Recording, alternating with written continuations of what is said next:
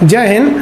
आप में से बहुत से लड़कों ने कमेंट कर करके ये बात पूछा कि सर टूर ऑफ ड्यूटी को अच्छे से समझा दीजिए। तो चलिए समझते हैं हम लोग टूर ऑफ ड्यूटी के बारे में।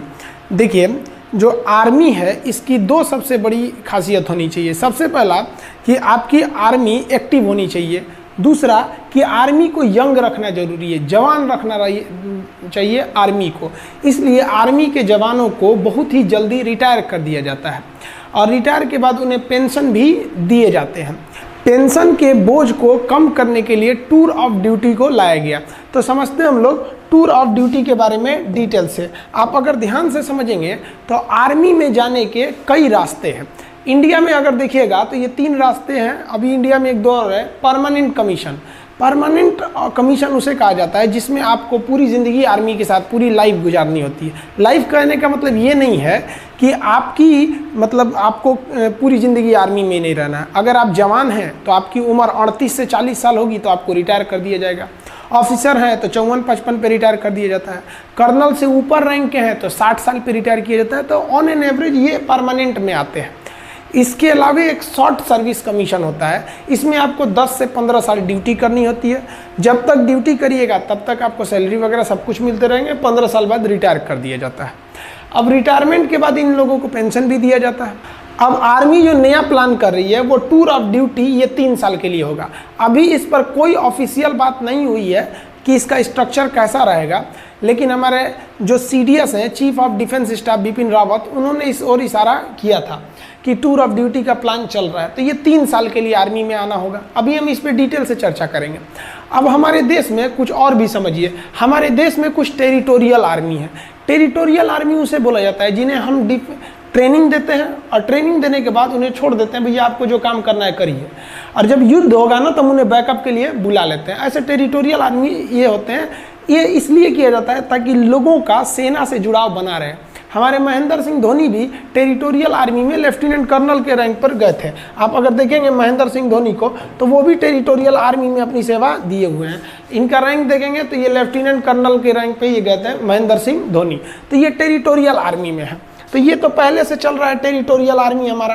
तो अब यहाँ देखिए, तो आर्मी पहले से टेरिटोरियल कर रही है। दूसरा, इनवर्स इंडक्शन करना चाह रही है आर्मी। इनवर्स इंडक्शन के तहत क्या करना चाह रही है कि जो CRPF या फिर पैरामिलिट्री में है, जो ड्यूटी कर रहे हैं, मान लीजिए कोई BSF में है, कोई CRPF में है, कोई PSC में है, कोई बिहार मिलिट्री पुलिस BMP में है, इस तरह से है, या पुलिस के जवान हैं, तो उनमें से आर्मी का क्या कहना है कि भैया जो उनमें से तेज तर्रार जवान है ना, उनको हम क्या करते हैं, सेना में लेते आते हैं। कहते हैं कि भैया एक काम करो, तुम चलो 5 साल के लिए तुम सेना में चलो। 5 साल तुमको सेना में ड्यूटी कराते हैं। ऐसा नहीं कि डायरेक्ट ले आ देंगे, उन्हें भी ट्रेनिंग दिया जाएगा, पूरा फौजी बनाया जाएगा और फिर सेना में लाएंगे। 5 साल बाद उन्हें कह दिया जाएगा भैया आप जहाँ थे, जैसे पुलिस में थे तो पुलिस में चले जाइए और हमसे पेंशन मत मांगिए, क्योंकि हम आपको 5 साल के लिए ना बुलाए हैं, हम तो आपको और बेहतर कर दिए हैं और बेहतर करके लौटा रहे हैं। आप जिस डिपार्टमेंट में थे वहाँ और जाके एकदम अच्छे से ड्यूटी कीजिएगा। तो ये भी एक तरह का अच्छा है। अब उनको तो पेंशन वो गवर्नमेंट देगी जिधर से वो आए हैं, पैरामिलिट्री में से। आर्मी ने अपने सेना में 5 साल ड्यूटी भी करा लिया और वापस भी कर दिया, आर्मी का पेंशन भी बच गया। तो वो इन्वर्स इंडक्शन पे भी विचार कर रही है। इसी के तहत NCC को भी बैकअप में तैयार करके रखा जाता है कि अगर बहुत ज़्यादा हम लोग कैजुअलिटी हो गई लड़ाई के समय, तो एक बैकअप के लिए हम NCC को भी रख सकते हैं। मैंडेटरी सर्विस हमारे देश में नहीं है। इजराइल में है क्या कि इजराइल में आपको लगभग 2.5 साल सेना में जाना ही जाना है। हम ये नहीं कर सकते मैंडेटरी सर्विस, क्योंकि एक जवान को ट्रेनिंग करने में काफ़ी खर्च आते हैं और हमारे पास इतने पैसे नहीं हैं कि इतने बड़ी जनसंख्या को हम मैंडेटरी सर्विस या मैंडेटरी आर्मी सर्विस के लिए ट्रेनिंग दे सके। तो ये तो हमारे देश में पॉसिबल ही नहीं है कि हम पूरे देश की जनता को अनिवार्य रूप से सेना की ट्रेनिंग दे सके। इनवर्स इंडक्शन क्या है समझा दिए। टेरिटोरियल आर्मी केवल सेना का मनोबल बढ़ाने के लिए इसमें VIP लोग को शामिल कर दिया जाता है। अब मेन जो है वो हमारी बात चल रही है किस पर, टूर ऑफ आर्मी पर, टूर ऑफ ड्यूटी पर। इसके तहत केवल 3 साल के लिए लाया जाएगा। अब आप कहिएगा कि सर 3 साल में फ़ायदा क्या होगा।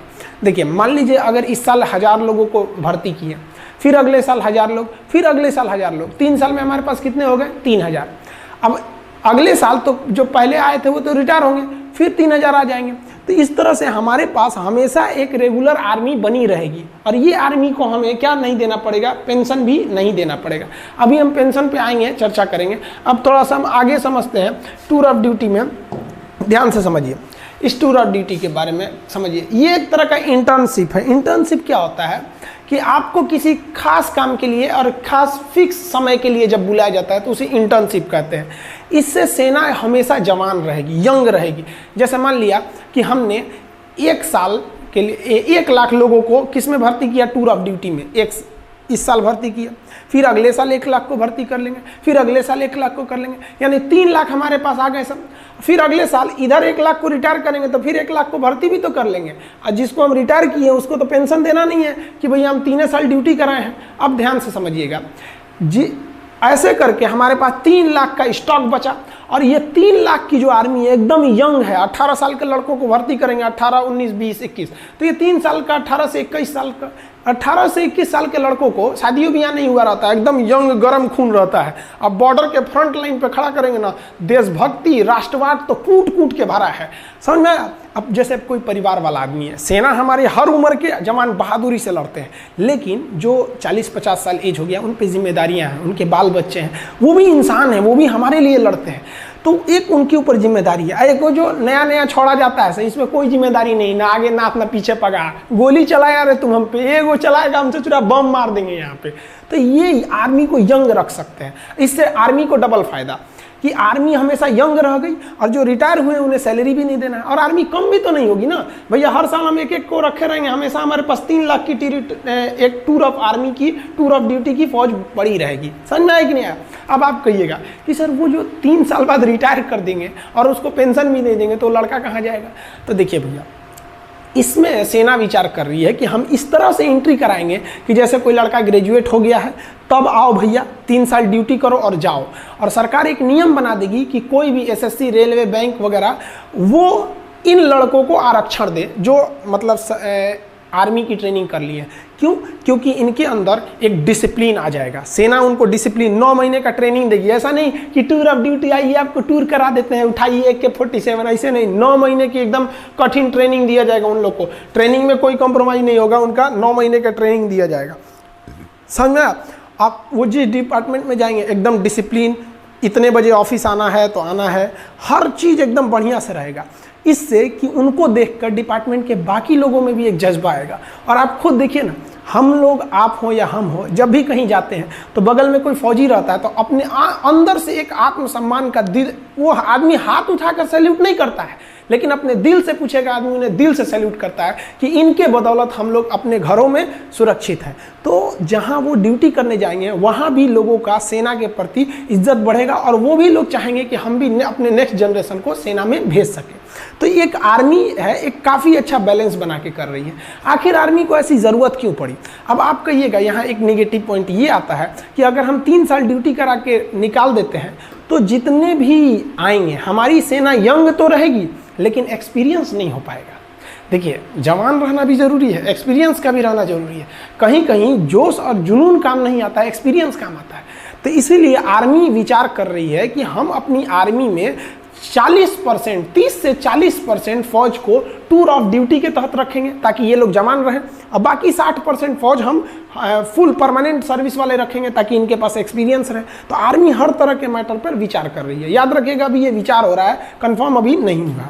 देखिए अब ध्यान से, ये एक तरह का इंटर्नशिप उसे कहते हैं जो एक फिक्स टाइम के लिए आपको बुलाया जाता है। इसमें वर्दी भी मिलेगी खूब बढ़िया, भाई सेना की वर्दी मिलना बहुत बड़ी बात होती है। आपका बढ़िया बढ़िया ब्रांड, जो हज़ारों रुपए के आप जो ब्रांड पहनते हैं ना, उस ब्रांड की कोई कीमत नहीं है अगर आपके बगल में कोई बंदा वर्दी पहन के इंडियन आर्मी का उस पर लोगो बना हो, पहन के खड़ा हो जाए तो सारा आपका ब्रांड बर्बाद हो गया उस आर्मी के वर्दी के बाद। तो एक वर्दी भी मिलेगी, रैंक भी मिलेगी, सैलरी भी मिलेगी। क्या नहीं मिलेगा? तो भैया पेंशन नहीं मिलेगी। सारा बवाल तो पेंशनें कम करने के लिए हो रहा है, समझ में आया कि नहीं? तो पेंशन नहीं मिलेगा आपको।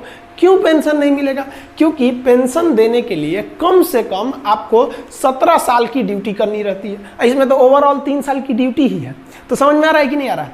जो टूर ऑफ ड्यूटी के तहत आएगा वो सेना के एडवेंचर को भी देख लेगा, राष्ट्रवाद भी देख लेगा, डिसिप्लिन भी सीख लेगा, स्वास्थ्य, मेंटेलिटी, हर चीज को सुदृढ़ कर लेगा और दूसरी नौकरी में उसको छूट भी मिलेगा। तो उसका भी करियर खराब नहीं हुआ, देश की सेना भी जवान रह गई और देश का जो पेंशन पे खर्च था वो भी बच गया। आर्मी का जनता से जुड़ाव भी हमेशा रेगुलर बना रहेगा 3 साल पे। अब जैसे क्या होता है कि एक आर्मी गया वो 40 साल ड्यूटी पे रहेगा, तो भैया 40 साल तक आप उसके जगह पे दूसरा भर्ती नहीं ना करेंगे, यहाँ तो हर 3 साल पे ड्यूटी पे भर्ती करना है। तो समझ में आ रहा है। अब आप देखिए जरा ध्यान से, इस इंटर्नशिप पे क्या किया जाएगा।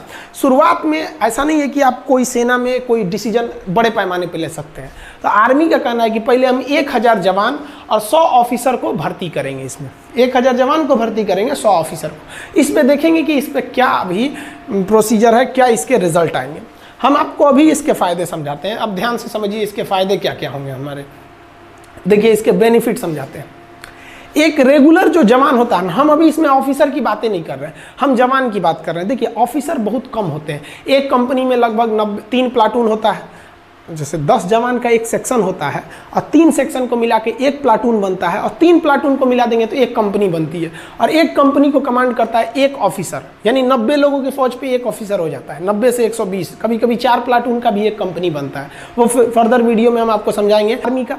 बाकी आर्मी में हथियार वगैरह कौन से होते हैं, कैसे आप देख सकते हैं, देख के कैसे पहचान जाएंगे कि AK-47 है कि SLR है कि 303 है कि इंसास है, पिस्टल, माउजर, इस सब में क्या क्या डिफरेंस होता है, इस सब के बारे में हम आपको वीडियो बता देंगे। बहुत से लड़के कर रहे हैं प्लेलिस्ट बनाने के लिए, तो उसको भी बना देंगे। और प्लेलिस्ट में हम आपको डिफेंस में आपको हर एक चीज़, हथियार वगैरह के बारे में भी समझा देंगे, ताकि युवाओं के प्रति एक जिज्ञासा रहती है कि हमारी आर्मी क्या कर रही है। आई होप आप समझ गए होंगे।